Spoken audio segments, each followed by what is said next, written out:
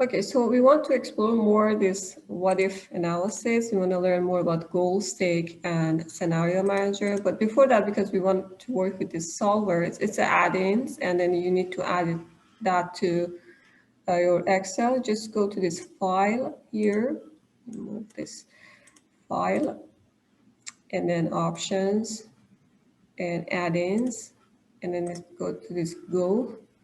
And then I already checked this and installed, so I'm not going to do this, but you should click on OK, and then it will be added to your Excel here. All right, so another what if analysis we can do is using goal seek. So if with goal seek, we can only change one variable. We don't have this range of variables like data tables, but it's especially useful when we already have these values in our data tables, and we want to see what if I change the let's say the present value. What if I change my the PMT, the monthly payment? But then if I change the monthly payment, for example, what should be the value of my APR, right? So I change my output, and I want to see that what is the value of the APR, right? What interest rate I need to, for example, to pay $1,000 per month with the same present value.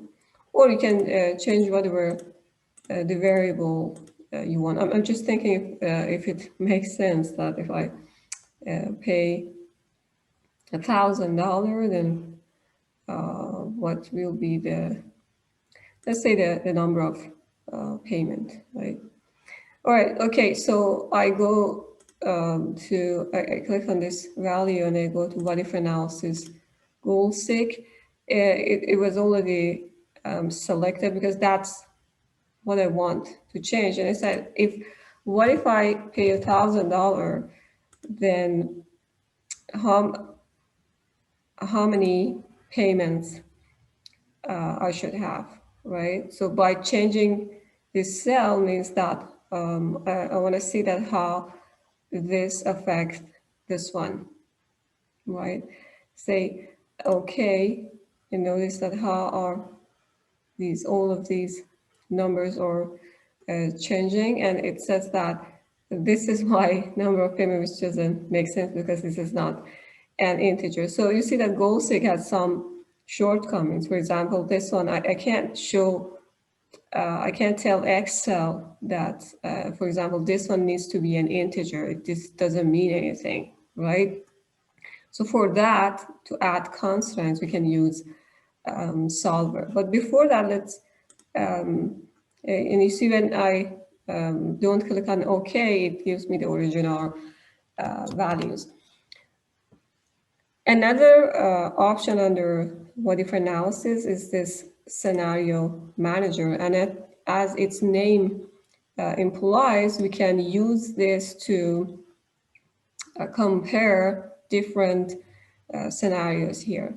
Let's say that I have two options for my payments. My best case scenario is that this is my interest rate is 1%, and I can pay it in 8 years or 96 months, right? And then my worst case scenario is that my interest rate is 9%, and then I should pay it in 12 months, right?